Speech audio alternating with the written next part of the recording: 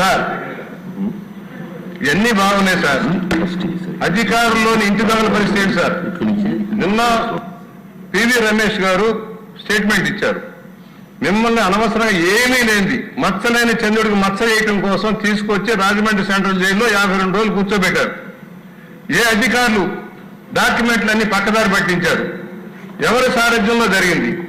ఏ నాయకుల సారథ్యంలో జరిగింది? డిఫాక్టో సీఎంలు జోక్యం చేసుకున్నారా? ఆనాటి సీఎం సారథ్యంలో జరిగిందా? ఎందుకు ఈ తప్పుడు కేసులు పెట్టి మిమ్మల్ని జైలు పాలు చేశారో తెలియాల్సిన అవసరం ఉంది. దానికి సాగిన అధికారులు ఎవరు?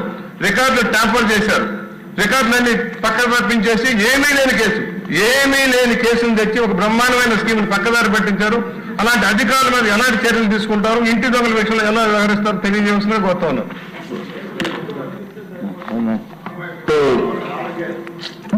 అధ్యక్ష, ఈరోజు నేను ఆ సబ్జెక్ట్ని డివియేట్ చేయడం కరెక్ట్ కాదు. ఈరోజు రాష్ట్రంలో ఒక స్పష్టమైన ఒక మెసేజ్ ఇవ్వాలి అనే ఉద్దేశంతో 2 చట్టాలు పకడ్బందీగా తెచ్చాం.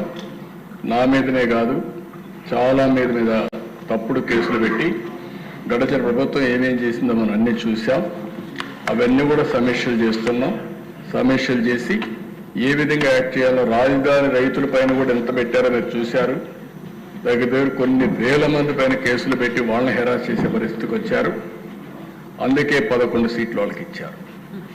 ఆ విషయం మనం గుర్తుపెట్టుకోవాల్సిన అవసరం. పనిష్మెంట్ ఇచ్చారు కానీ దీన్ని సమీక్షలు కూడా చేసుకోవాల్సిన అవసరం ఉంది.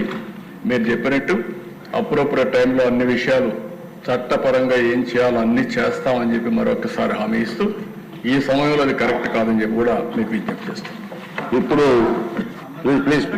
ప్లీజ్ ఇప్పుడు ఇష్యూ ఆంధ్రప్రదేశ్ భూ దురాక్రమణ నిషేధ బిల్లు 2024 పరిగణలోకి తీసుకోవడం, ఈ ప్రతిపాదనకు సుముఖంగా ఉన్నవారు అవుననండి, వ్యతిరేకంగా ఉన్నవారు కాదనండి.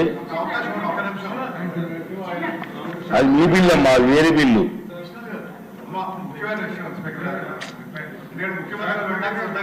ఈ సెకండ్ బిల్ అమ్మా, రెవెన్యూ మినిస్టర్ గారి బిల్, ఇది మీ బిల్లు కాదు. కొన్ని క్వశ్చన్స్ క్లారిఫై చేసిన తర్వాత అడుగుతాం. కొన్ని క్వశ్చన్స్